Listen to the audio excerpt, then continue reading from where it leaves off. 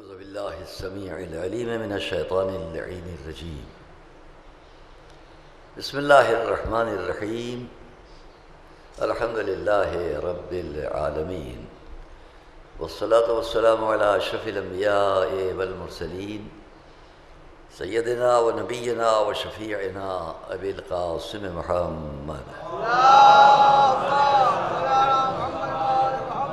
وأهل بيته الطيبين الطاهرين المعصومين المظلومين ورحمة الله على أعدائهم أجمعين. أما بعد، فقد قال الله سبحانه في كتابه المبين وقوله الحق. بسم الله الرحمن الرحيم. كما أرسلنا فيكم رسولا منكم يتلو عليكم آياتنا ويزكيكم ويعلمكم الكتاب والحكمة ويعلمكم ما لم تكونوا تعلمون. صلوات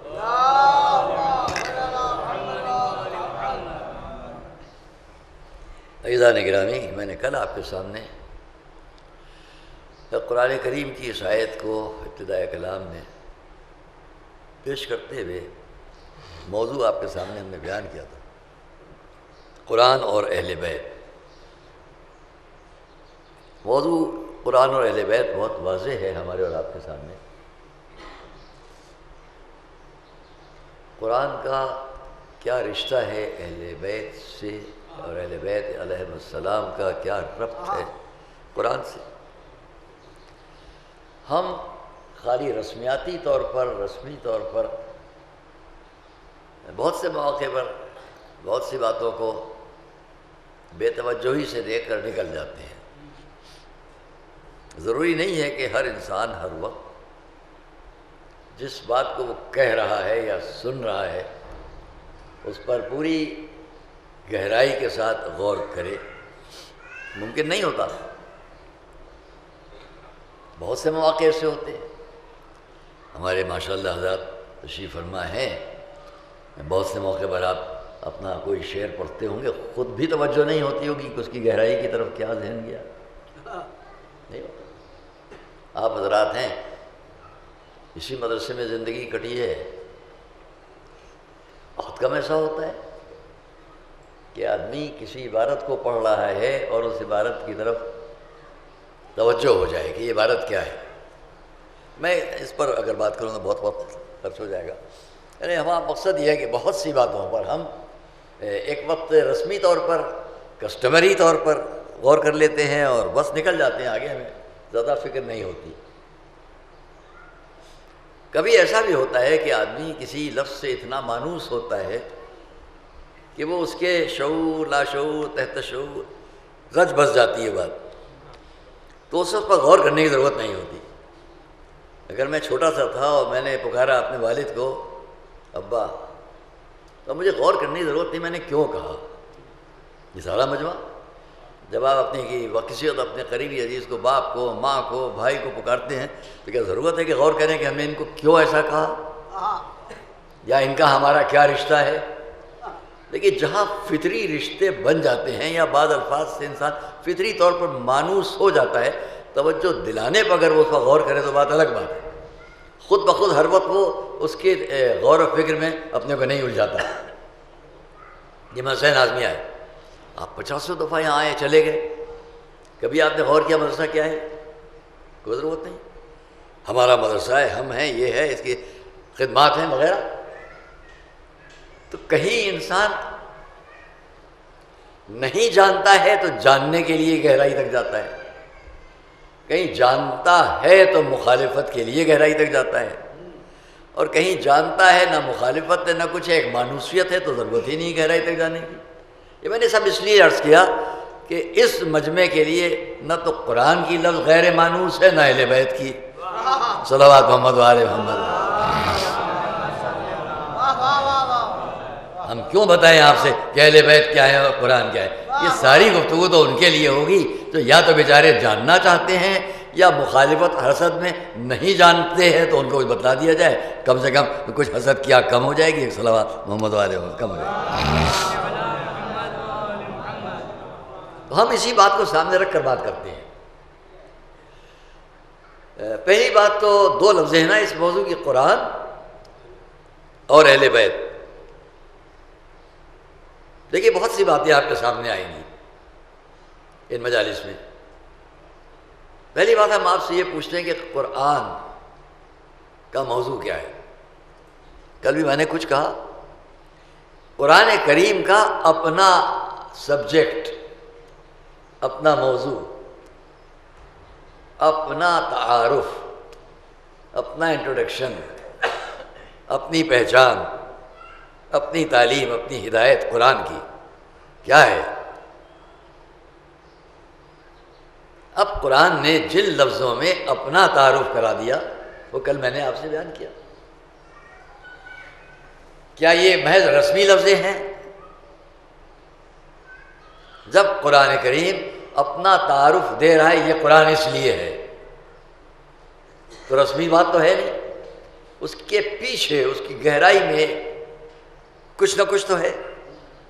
اگر قرآن نے یہ کہا، دیکھو طاسین تلک آیات القرآن، یہ قرآن کی آیتیں ہیں، وہ کتاب مبین اور روشن کتاب کی آیتیں، نشانیاں، تلک آیات القرآن و کتاب مبین ہدی و بشری للمؤمنین، یہ ہدایت ہیں یہ آیتیں اور بشارت ہے یہ آیتیں، کس کے لیے؟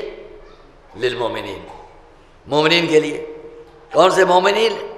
الذین یقیمون الصلاۃ، جو نماز قائم کرتے ہیں، ویؤتون الزکاۃ، اور زکوٰۃ ادا کرتے ہیں، وہم بالآخرۃ ہم یوقنون، اور یہ وہ ہیں یہی آخرت میں یقین رکھتے ہیں۔ اب جو نماز میں یقین رکھے گا، جو قیام صلاۃ میں یقین رکھے گا اور ادائیگی حقوق میں یقین رکھے گا، وہی آخرت میں بھی یقین رکھے گا۔ جو حق چھینتا پھرے گا، نماز سے دور رہے گا، نہ اسے آخرت کا یقین ہوگا نہ دین کا یقین ہوگا۔ صلوات محمد و آل محمد۔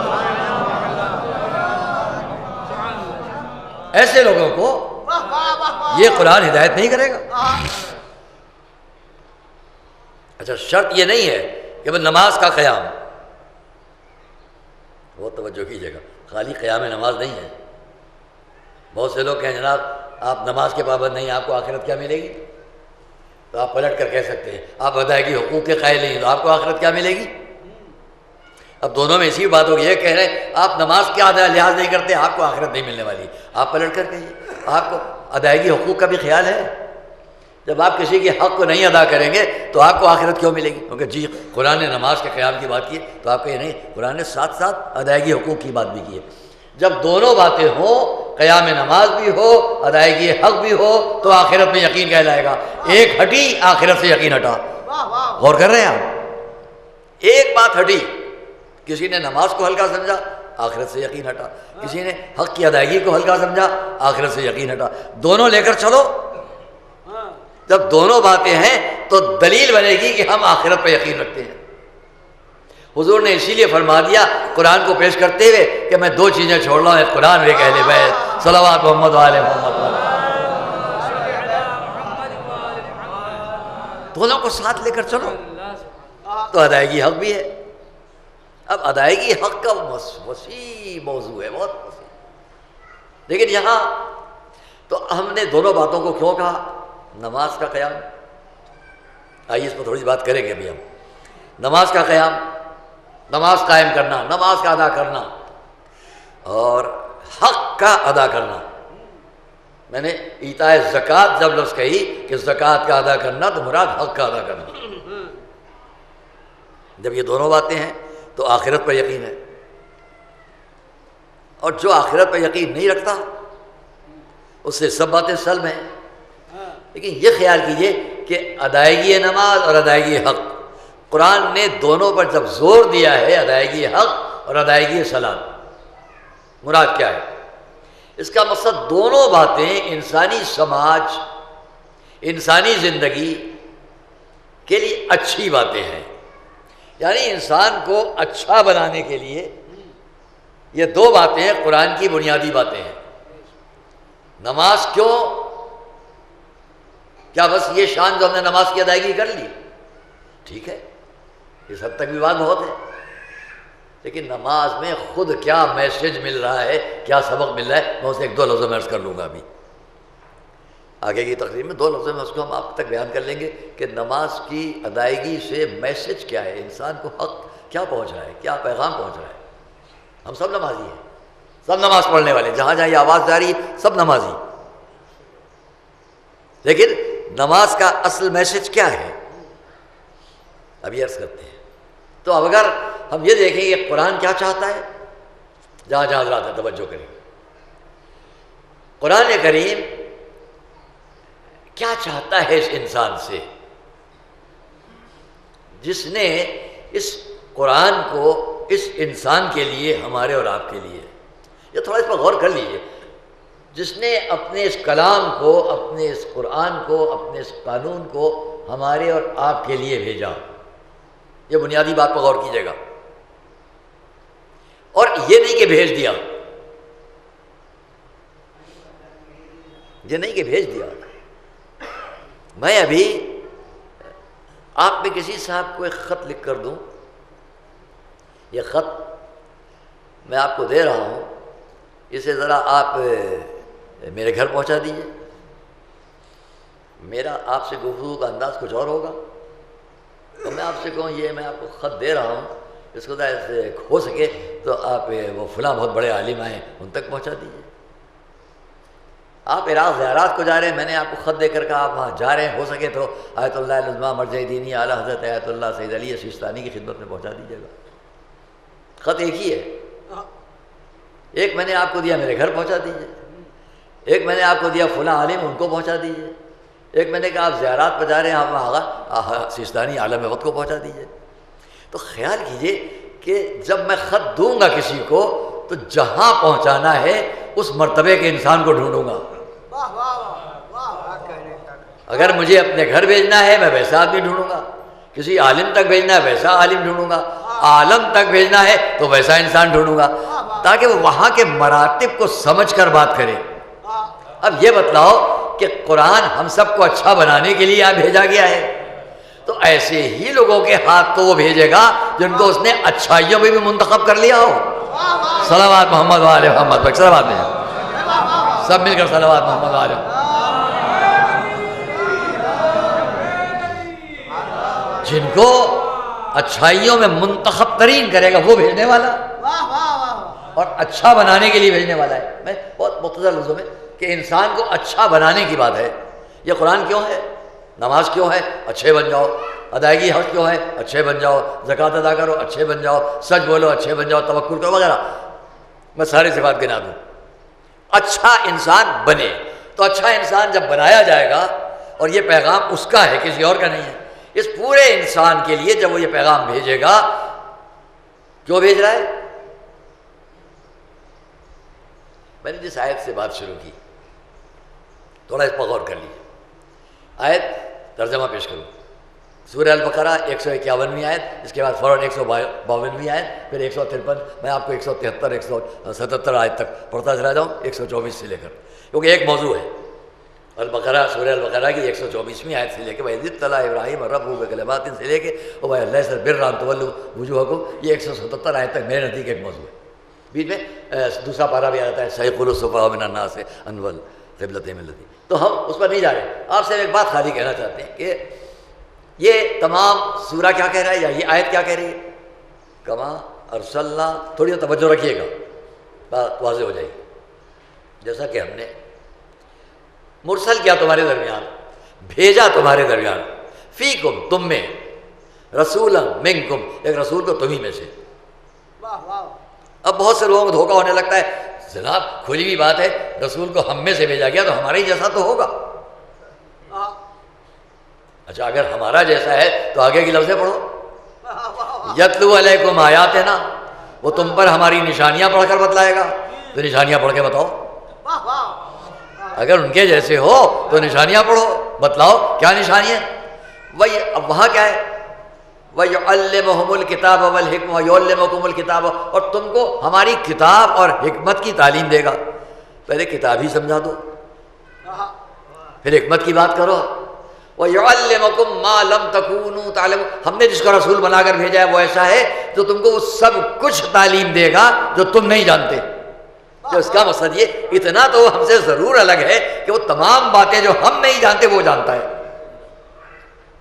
توجہ کر رہے ہیں آپ؟ اب یہ نہ کہیے ہمارا جیسا، بھئی ہم تو ایک کتاب کو بھی شاید ٹھیک سے نہ پڑھ پائیں، اور وہ ایسا ہے جو سارے ان علوم کو جانتا ہے جو ہم نہیں جانتے. تو جس کو اس نے رسول بنا کر بھیجا اس کو ایسا بنا کر بھیجا کہ جس کے لیے سند وہ دے رہا ہے، ہم اور آپ نہیں، ڈگری وہ دے رہا ہے، سند وہ. وَيُعَلِّمُكُم مَّا لَمْ تَكُونُوا تَعْلَمُونَ، اور وہ سب کچھ تم کو بتلائے گا جو تم نہیں جانتے. تو ایسا وہ ہو جس پر ہمیں یہ اعتبار ہو، جو اس کا قانون لا رہا ہے وہ اتنا علم رکھتا ہے جس کا ہم تصور بھی نہیں کر سکتے، اور وہ تمام باتیں جو ہم نہیں جانتے اگر پوچھنا چاہیں تو اس سے پوچھ لیں. اب یا تو وہ ایسا ہو کہ جو خود خدا کہے کہ ہم نے جس کو بھیجا ہے وہ سب کچھ تمہیں وہ بتائے گا جو تم نہیں جانتے، یا کوئی ایسا ہو جو بیٹھ کر یہ کہے کہ جو نہیں جانتے ہو ہم سے پوچھ لو. صلوات محمد وآل محمد.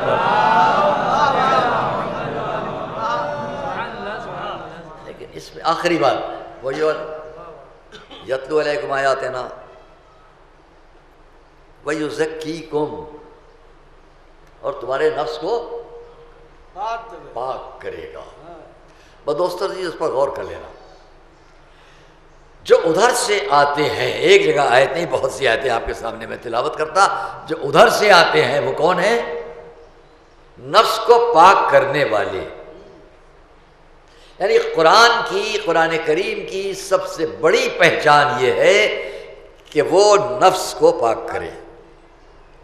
پیوریفیکیشن آف سول، روح کی پاکیزگی، روح کو پاک کرنا، یہ نفس اور روح کو پاک کرنا یہ ہے قرآن کا مشن.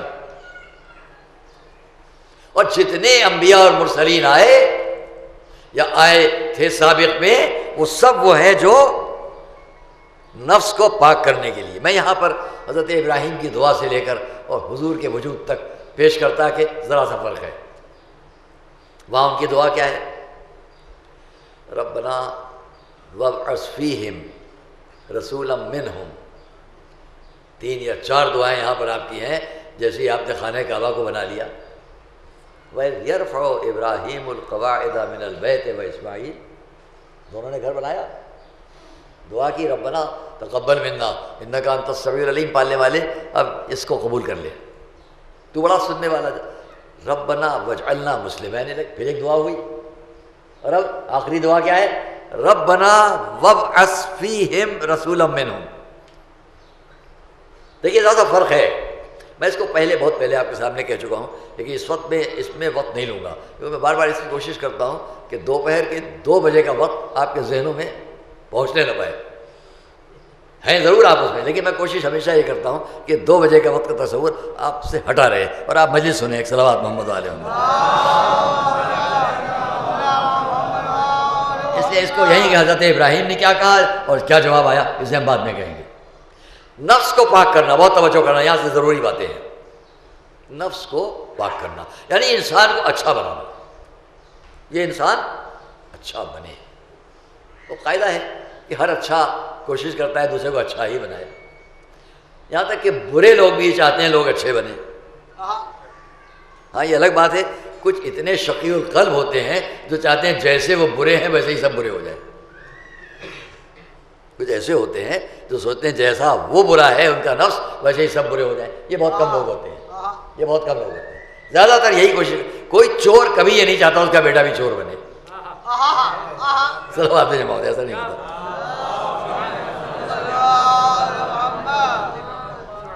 کوئی قاتل یہ نہیں چاہتا کہ اس کا بیٹا بھی قاتل بن جائے. ہر ایک کوشش کرتا ہے بچائے. اب اس حساب سے 1,24,000 انبیاء نفوس کو پاک کرنے کے لیے آئے، انسان اچھا بنے.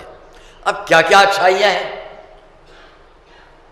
تو قرآن نے اچھے بنانے کی 2 بنیادی باتیں بتا دیں. ایک یہ کہ وہ نماز قائم کرتے ہیں، اور دوسرے یہ کہ وہ زکوٰۃ ادا کرتے ہیں، یعنی حق کو ادا کرتے ہیں. عزیزان گرامی ذرا یہ بات غور کر لیجیے. جہاں جہاں بھی ہمارے سامنے جو تاریخ ملے گی انبیاء اور مرسلین کی، وہ انسان کو اچھا بنانے ہی کی بات، مختلف ذرائع سے، مختلف طریقوں سے، لیکن ایک بات مشترک سب جگہ ملے گی، نفس کو پاک کرنے والی بات، تقویٰ اور پرہیزگاری بتانے والی بات۔ اس میں سب سے اعلیٰ بات کیا ہے؟ وہ ہے ہر نبی اور ہر مرسل اور پیغمبر کے لیے کہ وہ بہترین خلق اور اخلاق والا ہو۔ جب نفس پاک ہوگا تو خود بخود خلق اور اخلاق کا مظاہرہ انسان کے کردار سے شروع ہو جائے گا۔ ایک صلوات محمد والے محمد۔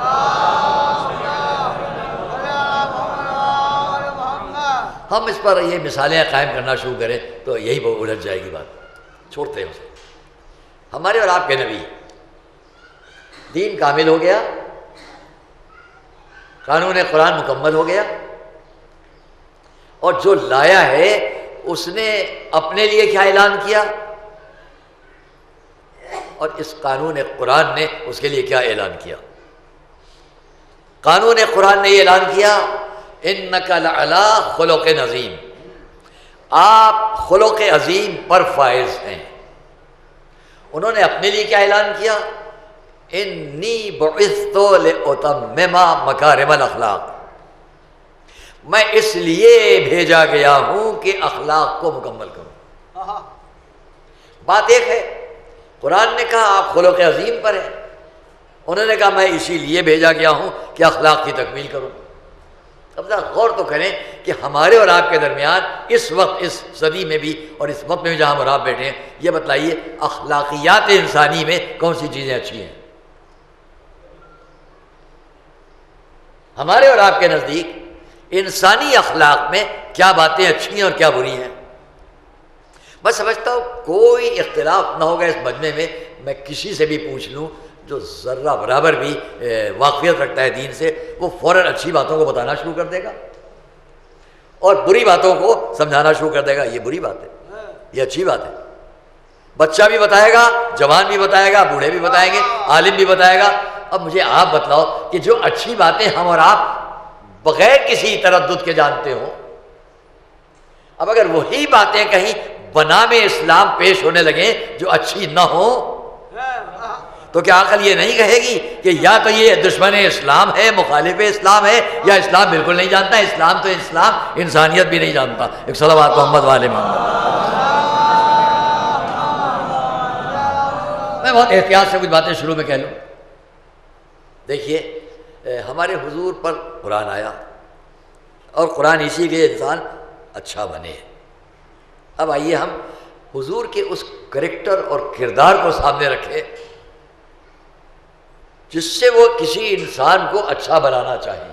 بہت توجہ کرنا، کچھ سمجھنے کی باتیں ہیں۔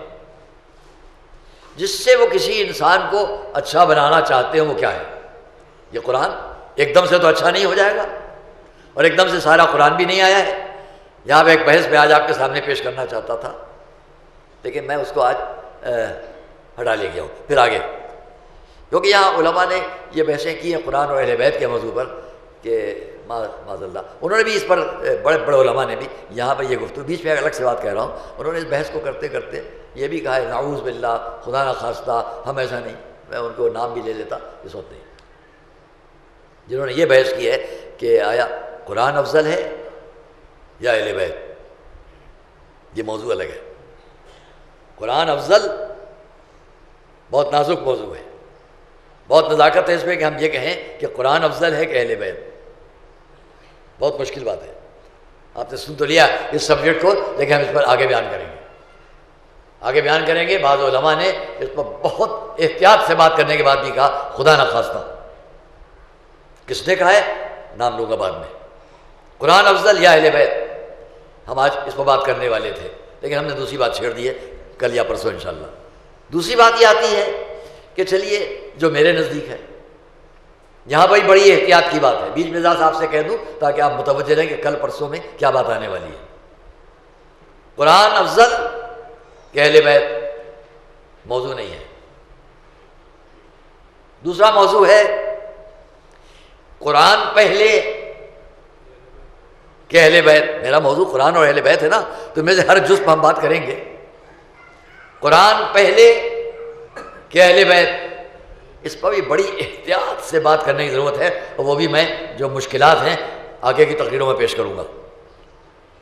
اب تیسری بات جس کو میں آسانی سے بات کر لے جاؤں گا اور آگے آپ کے سامنے پیش کروں گا، اور یہاں صرف احتیاطاً عرض کر رہا ہوں کہ ہم تیسری بات یہ بتا دیں کہ آیا ہدایت کے لیے، صحیح راستے پر چلنے کے لیے، ہدایت حاصل کرنے کے لیے، ہدایت پر لے جانے کے لیے آیا ہم کس کو مقدم کر لیں؟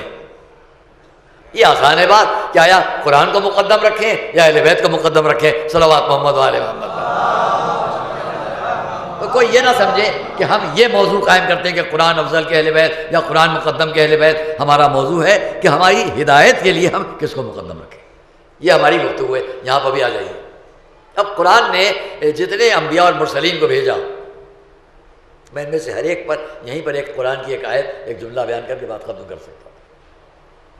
آپ کے ذہنوں کے لیے ایک قرآن کی آیت دے رہا ہوں، غور کیجیے گا، جواب آگے ملے گا آگے کی تقریروں میں۔ کون مقدم، کون افضل، کون پہلے؟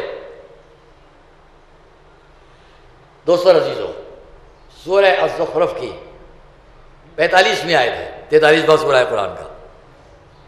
وَاسْأَلْ مَنْ أَرْسَلْنَا مِنْ قَبْلِكَ مِنْ رُسُلِنَا أَجْعَلْنَا مِنْ دُونِ الرَّحْمَنِ آلِهَةً يُعْبَدُونَ۔ کس سے کہا گیا؟ رسول سے۔ آپ سے پہلے جس کو ہم نے رسول بنا کر بھیجا ہے ان سے آپ سوال کریں۔ ذہن میں رکھیے گا یہ سوال، خالی یوں نہ سن لیجئے۔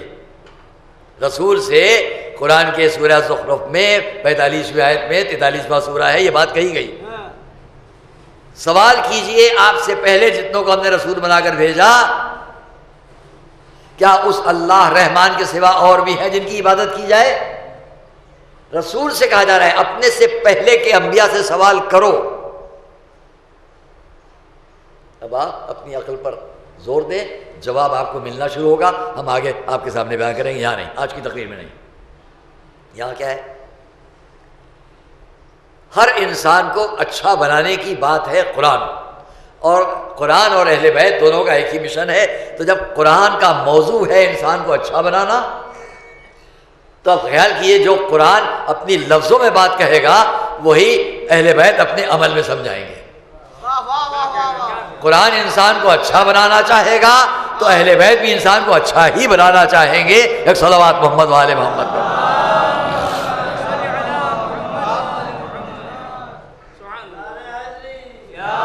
دیکھیے،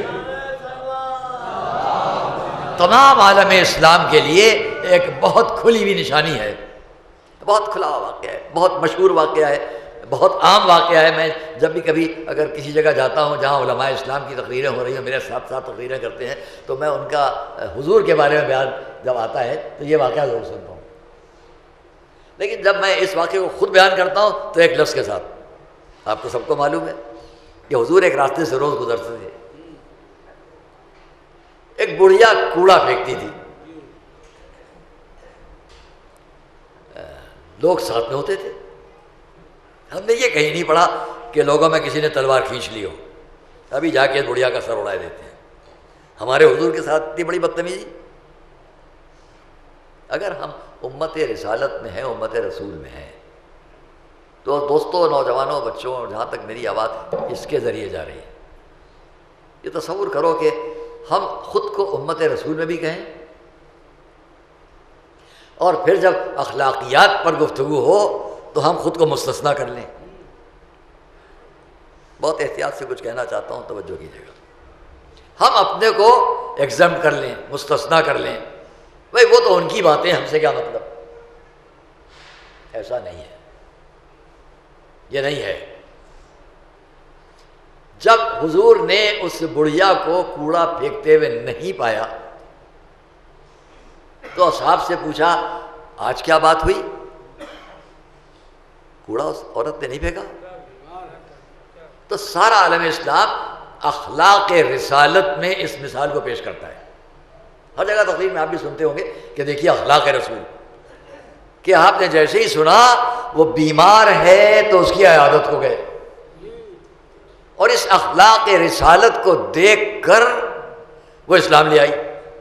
کیونکہ اس نے سوال کیا اب آ رہے ہو جب میں بیمار ہوں؟ تو فرمایا نہیں، تم کو انتقام لینے نہیں آ رہا ہوں، بلکہ میں نے سنا تم بیمار ہو تو دیکھنے آ رہا ہوں۔ اچھا ایسا ہے اخلاق اسلام کو، یہی ہے نا۔ جہاں تک یاد میں آپ کی آئے گی بات، یہی بات تو سب بیان کریں گے، لیکن میں اس میں ایک جملہ بڑھا کر کہتا ہوں، یہ بتلاؤ کہ جب رسول اس کی عیادت کے لیے گئے تو اس وقت وہ اسلام لا چکی تھی یا بعد میں لائی؟ رسول اپنا اخلاق دکھلانے کے لیے گئے تھے یا اپنی ذمہ داری پوری کرنے گئے تھے؟ رسالت کی ذمہ داری یہ کہہ رہی ہے اس کو دیکھنے چلو، انسانی اخلاق دکھلاوے کا یہ کہہ رہا ہے کہ اس وقت تو ان سب کے ساتھ نہ جاؤ، لیکن جا کر یہ بتلایا یہیں سے پہچان لو کہ چاہے وہ بعد میں اسلام لائے یا نہ لائے، میری ذمہ داری یہ ہے کہ اگر کوئی مجبور میرے سامنے نظر آ جائے، چاہے وہ غیر مسلم ہی کیوں نہ ہو، مجھے اس کی مدد پر جانا ہے۔ صلوات محمد و آل محمد پر۔ یہ ہے تعلیم اسلام۔ غیر مسلم تھی وہ، یہ بتلاؤ کہ رسول جس کی عیادت کو گئے تو رسول کا اس کی عیادت کرنا پہلے ہے یا اس کا اسلام لانا پہلے ہے؟ عیادت کر کے بتلا دیا اسلام مجبور کو دیکھتا ہے، یہ نہیں دیکھتا ہے کہ وہ مجبور مسلمان ہے یا غیر مسلمان۔ صلوات محمد و آل محمد پر۔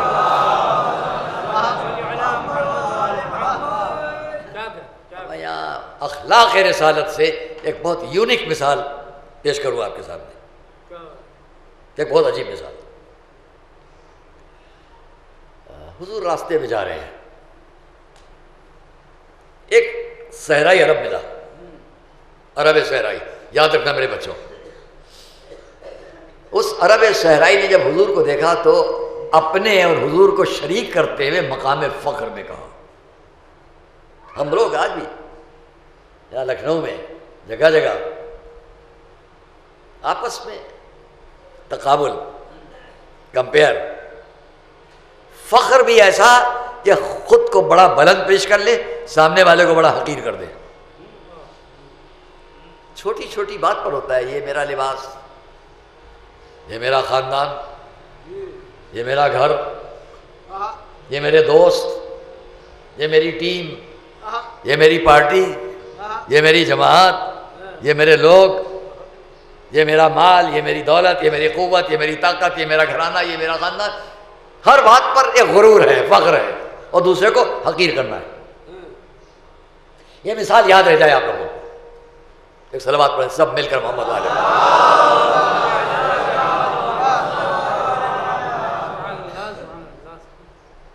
اس نے رسول کو دیکھا، بہت خوش ہو کر اس نے کیا کہا،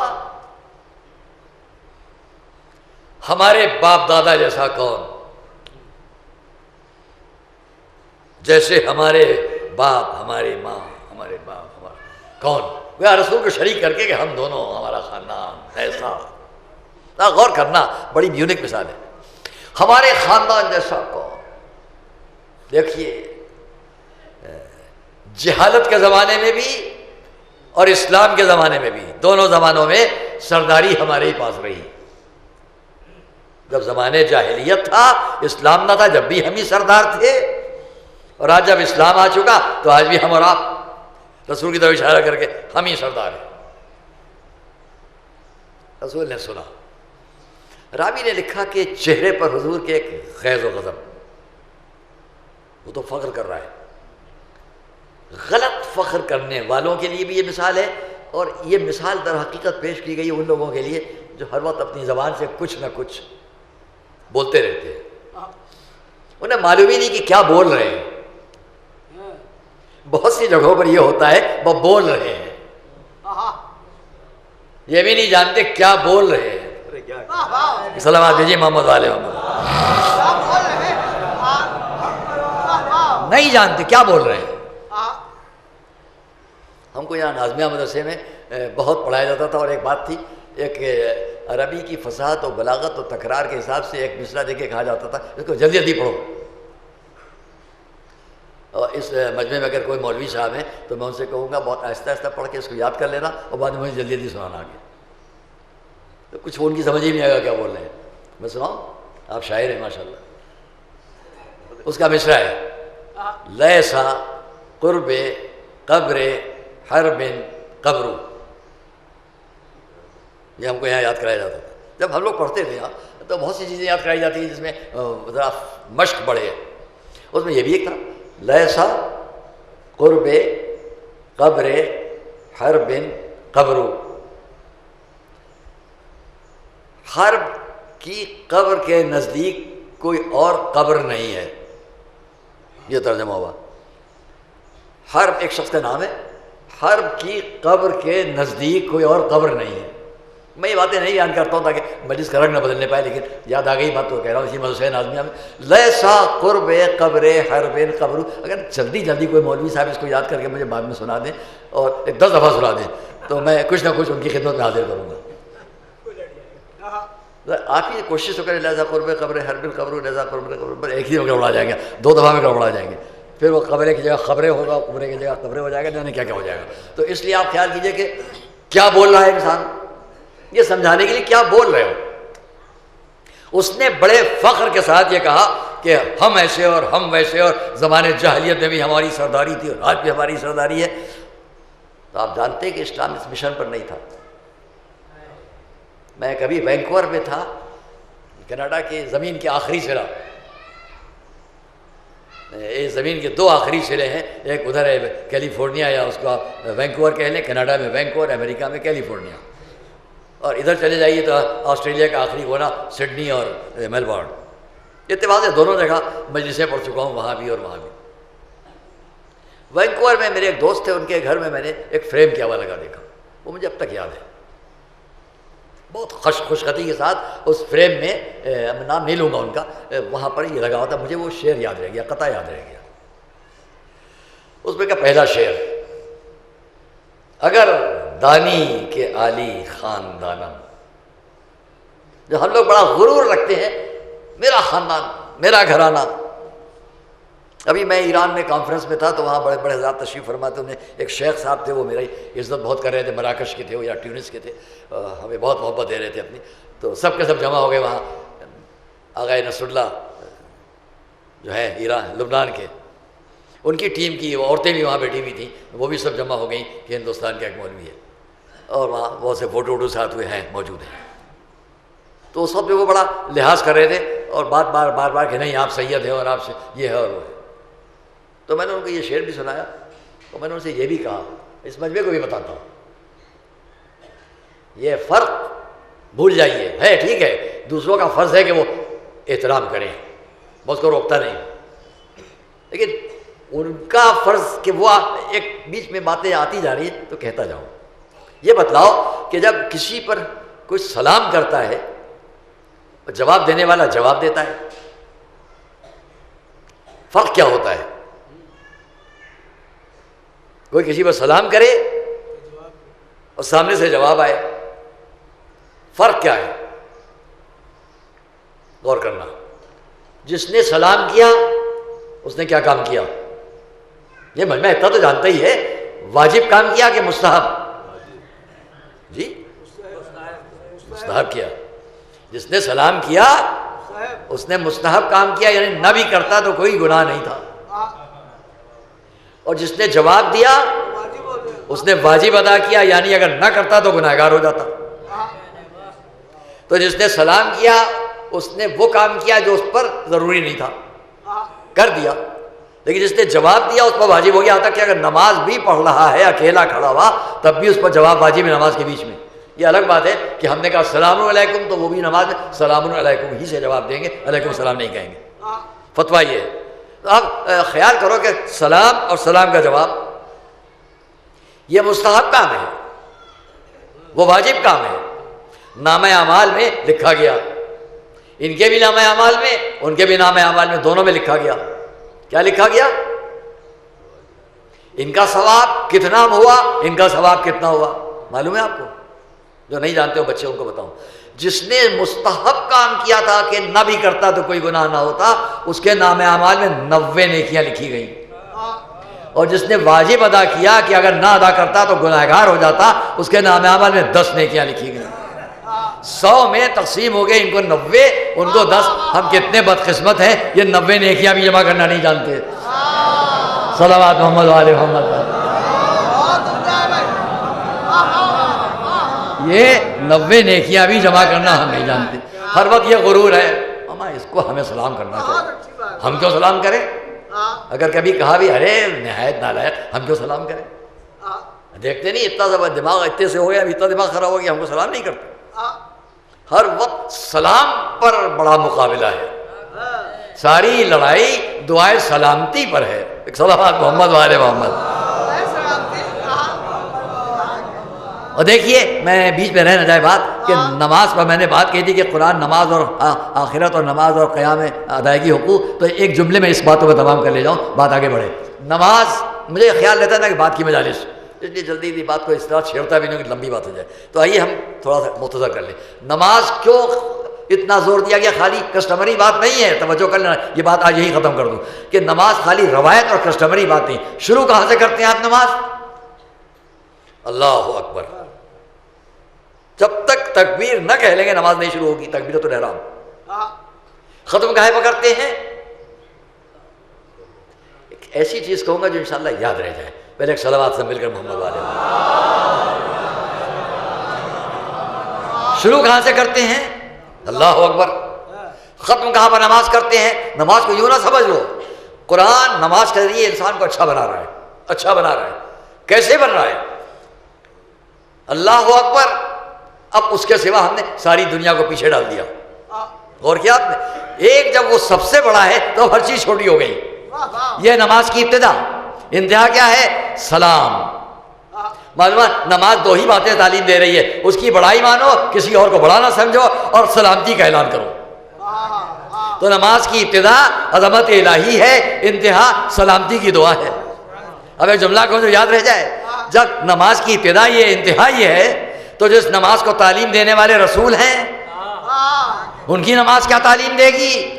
اور جہاں یاد رہ جائے گا جملہ آپ کو، جب کوئی پشت رسول پر عین حالت نماز میں آ کر بیٹھ جائے تو پہچان لینا یہ اللہ کی عظمت کی علامت بن کر بھی آ رہے ہیں اور سلامتی کی علامت بن کر بھی آ رہے ہیں۔ صلوات محمد والے محمد پر۔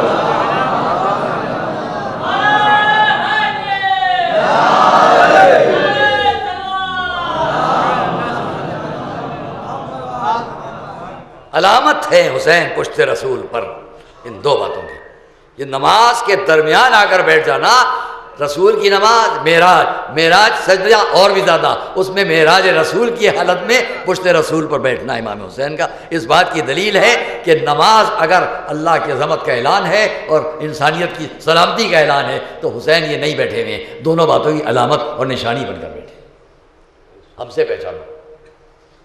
وہ میں نے آپ سے اس لیے عرض کیا کہ بعض چیزیں تو ویسے ہی یہاں پر بات رہ جائے گی کہ سلام کیا ہے، جس نے کیا اس کے لیے کیا، اور جس نے جواب دیا اس کے لیے کیا۔ بات ختم ہوئی۔ اب آئیے، حضور گزر رہے ہیں، اس نے اپنے فخر و مفاخرت کا اعلان کیا۔ میں نے آپ کے سامنے ایک کتبے کی بات کہی تھی، وہ رہ جائے گی۔ اگر دانی، اسے میں نے کیا پڑھا؟ اگر دانی کیا علی خاندانم۔ ہمیں غرور نہیں ہونا چاہیے۔ ایک جملے بات تمام ہو جائے گی۔ اس پر غرور نہ کریں کہ ہم سید ہیں۔ دوسرا اگر آپ کا احترام کر لے تو یہ اس کا فرض ہے۔ بھائی یوں ہی سمجھ لینا، سلام کرنے والے کے لیے ثواب زیادہ ہے، جواب دینے والے کے لیے ثواب اتنا نہیں ہے۔ تو جب کوئی کسی سید کا احترام کرے گا اس کے ثواب میں اضافہ ہوگا۔ ہم اگر مغرور ہو گئے تو ہمارا ثواب ختم ہوتا چلا جائے گا۔ صلوات محمد والے محمد پر۔ اس نے احترام کیا آپ کا، جو اس کا کام ہے۔ آپ غرور نہ کریں، یہ آپ کا فریضہ ہے۔ آپ شاعر ہیں، ذرا یاد رکھیے، بہترین شاعر ہیں۔ اگر دانی کے عالی خاندان ہوں، بڑا اچھا شعر ہے۔ اگر تو یہ سمجھتا ہے کہ میں بڑا عالی خاندان ہوں، نظر بر خاندان مصطفیٰ کن، بہت خاندان میں نظر کر لو، سارا غرور خاندانی ختم ہو جائے گا۔ صلوات محمد والے محمد۔ اور اسی کا دوسرا شعر ہے، مگر گوئی کے گشت اندر بلائے۔ اور اگر یہ ہے کہ ہم بڑے مصیبت میں ہیں، نظر بر کشتگانے کربلا کو، قطع ختم ہو جاتا ہے۔ یہاں پہ میں یہ بات کو بھی ختم کر دوں، تاکہ یہ واقعہ رہ نہ جائے، وقت کم ہے۔ حضور نے دیکھا وہ غرور کر رہا ہے، میرا خاندان، ہمارا آپ کا خاندان، ہمارے باپ دادا ایسے، زمانے جاہلیت میں بھی ہم سردار تھے، آج بھی ہم سردار ہیں۔ غضبناک، چہرے پر غیظ و غضب کے اثرات ظاہر ہوئے۔ جواب سنیے گا۔ فرمایا اے شخص یہ بتلا، تیری زبان کے لیے اللہ نے کہنے کے ایمان پیدا کیے؟ تیری زبان کے لیے اللہ نے کہے حاجب کہنے کے ایمان پیدا کیے؟ گھبرایا، کہا دو۔ کون؟ کہا یہ کہ ہونٹ، یہ کہ دانت، یہ ہونٹ اور یہ دانت میری زبان کہنے کے ایمان۔ یاد رکھنے کی بات ہے۔ فرمایا اگر یہ ذرا بھی دفاع میں کمی کرے تو زبان ختم، غروب ہو جائے گی، لفظ غروب ہے، زبان غروب ہو جائے گی اگر یہ ذرا بھی کمی کر دے۔ پھر فرمایا یاد رکھ اس دنیا سے آخرت تک کے لیے سب سے زیادہ جس پر قابو رکھنے کی ضرورت ہے جو دنیا سے آخرت تک کو ملاتی ہو وہ یہی زبان ہے۔ اس کے بعد مڑے مولا کی طرف، اے علی اس کی زبان کاٹ دو۔ آپ حیران ہوں گے یہ کیا ہوا؟ اے علی اس کی زبان کاٹ دو۔ سارا مجمع اصحاب کا لرز کے رہ گیا، یا رسول اللہ اتنا سخت، اتنی سزا کہ اتنی سی بات پر کہ وہ فخر کر رہا تھا، حکم دیا اے علی اس کی زبان کاٹ دو۔ یہاں دل چاہتا ہے اپنے اس بافہم مجمع کے لیے کہوں کہ یاد رکھو کہ قرآن کی آیت کا سمجھنا بڑا مشکل ہے اور رسول کی حدیث کا سمجھنا بھی بڑا مشکل ہے۔ دونوں باتوں کا سمجھنا بڑا مشکل ہے۔ لوگ دعویٰ کرتے ہیں کہ ہم نے بڑی حدیثیں جمع کر لیں، ذرا یہ تو دیکھو کتنے لوگ کھڑے تھے پھر بھی وہ نہ سمجھ سکے کہ حضور کی حدیث کیا ہے۔ حضور نے کیا فرمایا؟ اے علی اس کی زبان کاٹ دو۔ روایت نے لکھا سارے اصحاب پریشان ہو گئے جو قریب کھڑے تھے، کیا ہوگا؟ مگر علی نے کیا کیا؟ آگے بڑھ کر جیب سے کوئی درہم نکالے اس کے حوالے کر دیے۔ یہ تھا زبان کاٹنا۔ صلوات محمد والے محمد والے۔ ابھی تک آپ کے ذہنوں تک بات نہیں پہنچی؟ علی نے درہم دے کر بتا دیا کہ رسول کا منشا کیا ہے، یہ پریشان نظر آتا ہے، اس کو کچھ پیسے دے دو، اس کی زبان بند کر دو۔ یہ ہے زبان کا کاٹ دینا۔ جو رسول کے سامنے رسول کی حدیث نہ سمجھ پائے وہ آج تک کیا سمجھیں گے بغیر خانواد اہل بیت کے؟ صلوات محمد والے محمد پر۔ سب مل کر صلوات محمد والے محمد پر۔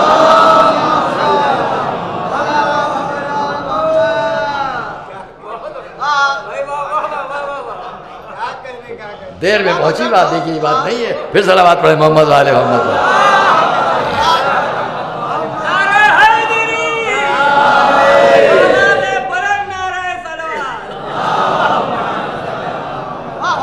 ہم ایسے امتحانات بہت سے لیں گے اس مجلس میں، جیسے کہ اب ہم بھی تنگ آ چکے ہیں۔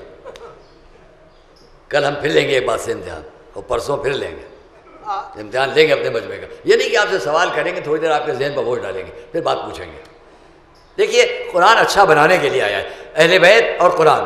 اب کل میں نے آپ کے سامنے دو مثالیں پیش کی تھیں وابستہ اس گھرانے سے دو بیویوں کی، تو دونوں کنیزیں ہیں۔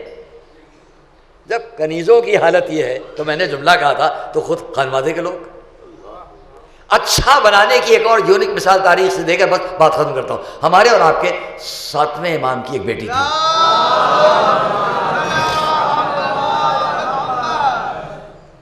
ایک پھر صلوات محمد والے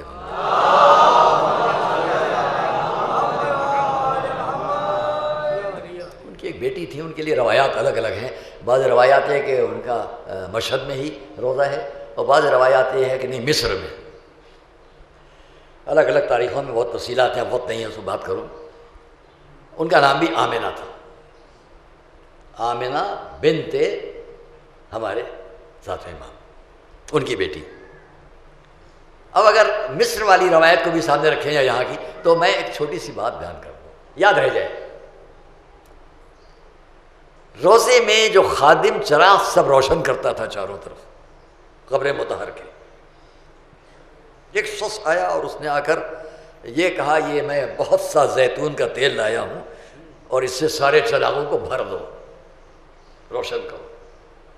اس نے سارے چراغوں میں وہ تیل ڈالا، اور جب روشن کرنے کا وقت آیا ایک ایک چراغ جلا رہا ہے، کوئی چراغ نہیں جلتا، کوئی چراغ روشن نہیں ہوتا۔ پریشان ہو گیا، اسی پریشانی میں سو گیا۔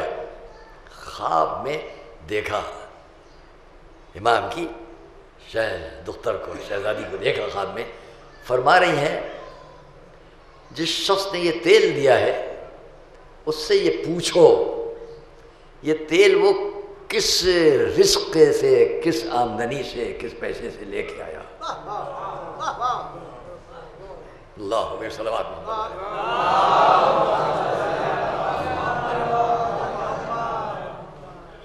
کیوں یہ بیویاں یہاں بیٹھی ہوئی ہیں، کیوں یہ مجمع اس عقیدت میں رہتا ہے کہ ہم ان کے غلام، ان کی کنیز؟ سبق یہ ملتے ہیں۔ پوچھو اس شخص سے کہ یہ تیل کہاں سے لایا ہے۔ اس لیے جملہ سنیے گا، اس لیے کہ ہم کسی ناپاک شے کو قبول نہیں کرتے۔ جب خواب سے اٹھا دوڑا وہ شخص کے پاس گیا، جا کر خواب بیان کیا، واقعہ بیان کیا، چراغ نہیں جلتے، کیا کریں؟ یہ خواب دیکھا ہے، کہا بالکل ٹھیک کہا تمہاری شہزادی نے، میں غلط آمدنی سے یہ تیل لے کر آیا تھا، واپس کرو۔ آپ نے دیکھا کہ جہاں روشنی بھی، مصنوعی روشنی بھی گوارا نہ ہو، غلط حساب سے ہو، غلط آمدنی سے، تو وہاں انسانی کردار کو پیش کرنے کے لیے، انسانی کردار کو سجانے کے لیے کتنی روشنی چاہیے۔ ایک صلوات محمد والے۔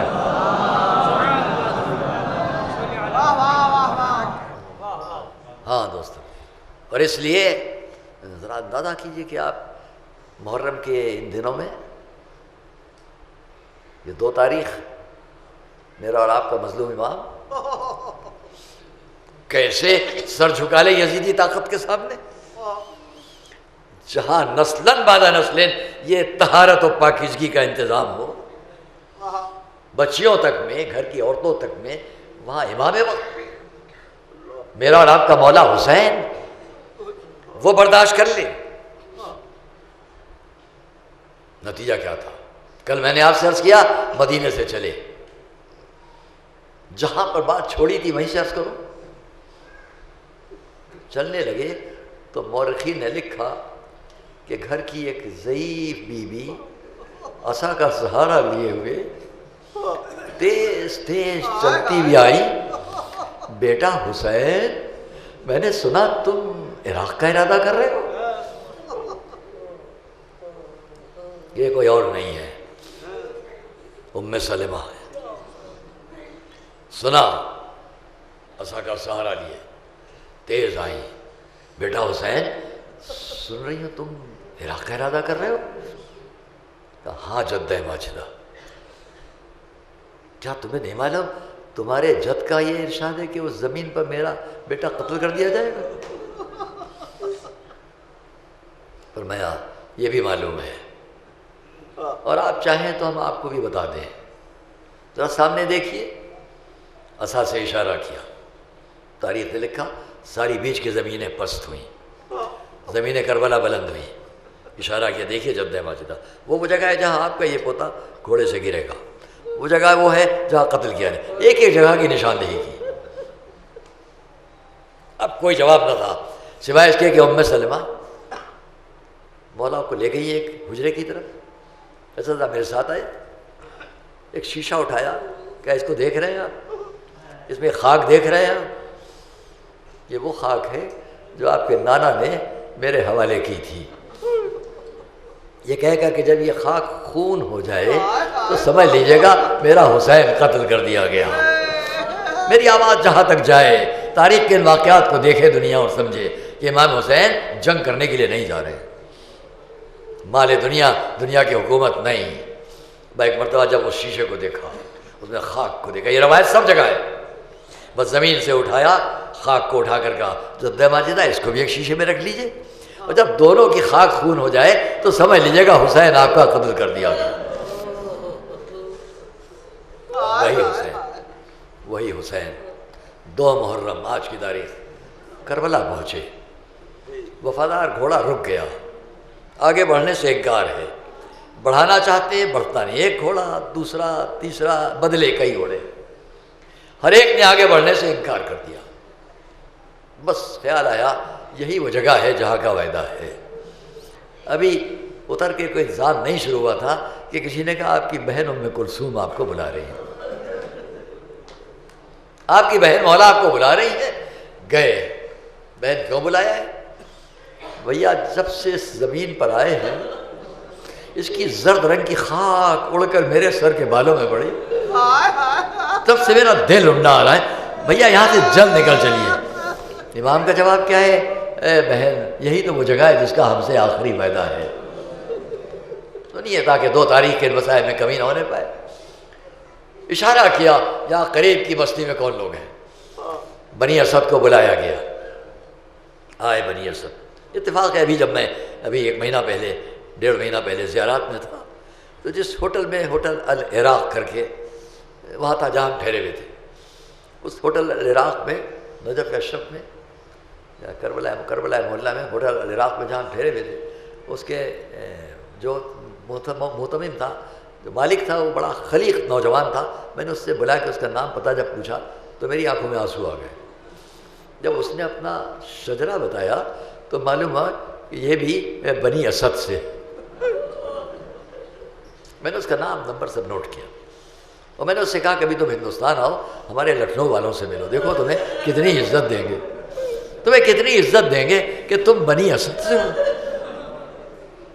گزشتہ شب آپ نے جلوس کو دیکھا، ہم بھی کچھ دیکھ رہے تھے کہ جب کس شان سے یہ ہے سلاطین وقت کہ جنہوں نے اس عزاداری کی بقا کے لیے اتنا محترم بشان جلوس قائم کیا، اور دنیا دیکھ رہی تھی، زیارت ہو رہی تھی۔ ہم یہ کہتے ہیں کہ بنی اسد کو جب آج آپ سن لیتے ہیں کہ امام نے ان کو بلایا تو دل پر ایک چوٹ لگتی ہے، کیوں بلایا تھا؟ بلایا دیکھو یہ زمین تمہاری ہے، ہمارے ہاتھ فروخت کر دو۔ کیا قیمت ہے؟ قیمت معلوم کر کے قیمت دے دی۔ اب ایک جملہ ہے، اچھا یہ زمین تو ہم نے لی مگر تم پر ہم واپس کر رہے ہیں۔ واپس اس لیے کر رہے ہیں کہ جب وہ وقت آ جائے کہ یزیدی فوجی ہم کو قتل کر دے تو ہماری لاشوں کو دفن کر دینا۔ 3 تمنائیں ہیں، ایک یہ کہ ہماری لاشوں کو دفن کر دینا، ایک یہ کہ اگر کوئی ہم کو پوچھتا ہوا آ جائے تو اسے ہماری قبر کا نشان بتا دینا، اور ایک یہ کہ جو آئے اس کو 3 دن تک مہمان کر لینا، اس کی کوئی مہمانداری کر دینا۔ ہم جب تعلیم کے لیے عراق میں پڑھتے تھے تو ہم دیکھتے تھے 11 اور 12 محرم کو 1 لاکھ گورنمنٹ کوشش کرتی تھی، وہاں کی حکومت کوشش کرتی تھی، لیکن کچھ بھاگتے ہوئے لوگ آتے تھے ایک شبی لیے ہوئے اور لا کے حرم امام حسین میں داخل ہوتے تھے، اور جو سامنے رواق ہے وہاں تک کسی طرح وہ اپنے کو پہنچاتے تھے، اور کچھ لوگ وہاں آ کے اسے لے لیتے تھے، گویا دفن کا منظر پیش کر دیتے تھے۔ 1400 برس سے بنی اسد میں یہ روایت چلی آ رہی ہے۔ اب خیال کرو جب آج تک یہ روایت دیکھنے والے لاکھوں کی تعداد میں اس منظر کو دیکھنے کے لیے جمع ہو جاتے ہیں تو اس وقت کا منظر تصور کرو جب 11 محرم آ گئی اور 12 محرم آ گئی اور ایک مرتبہ کربلا سے قریب، صحرا سے قریب بنی اسد کے قبیلے میں جہاں سب آباد تھے، عورتیں اٹھیں اور عورتوں نے آ کر اپنے مردوں سے کہا ادھر بڑا سناٹا نظر آتا ہے، لگتا ہے وہاں کوئی نہیں ہے، کیا تم کو امام حسین کی وصیت کا خیال نہیں ہے؟ ذرا چل کر دیکھیے تو صحیح وہاں کا منظر کیا ہے۔ لوگوں نے اپنے گھروں سے نکلنے سے یزیدی خوف کے فوج سے انکار رکھا۔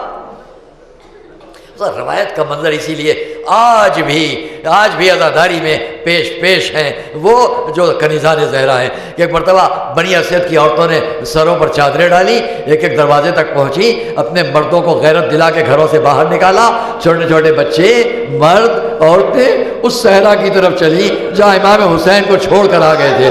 اب جو جا کر دیکھا ہوا تو چل رہی ہے، جگہ جگہ لاشیں پڑے ہوئے ہیں، کوئی بتانے والا نہیں ہے کون لاشا کس کا حیران بنی اسد کھڑے ہیں کہ کس طرح کس کو پہچانیں، کس کی لاش کو کہاں دفن کریں، کہ اتنے میں دیکھا سامنے سے ایک سوار آ رہا ہے، بیمار ہے، کمزور ہے، پیروں میں بیڑیوں کے نشان ہیں، ہاتھوں میں ہتھکڑیوں کے نشان ہیں۔ سوار قریب آیا، بنی اسد آگے بڑھے، اے سوار ذرا مدد کیجئے تاکہ آپ پہچانتے ہو تو بتلائیں کہ کسے کہاں دفن کیا جائے۔ آگے بڑھا وہ سوار، ذرا زمین کو کھودو، میں تفصیل میں نہیں جاؤں گا۔ ہاں جیسے ہی ایک زمین پر ایک قبر کو کھودنے کی کوشش کی گئی، دیکھا تیار قبر پہلے سے موجود ہے، پارا پارا لاشیں کو قبر کے سپرد کرنا چاہا، تاریخ میں قبر کے اندر سے 2 ہاتھ بلند ہوئے، آواز دی لاؤ میرے لال کو میرے حوالے کر دو۔ ایک ایک لال کو دفن کر لیا گیا۔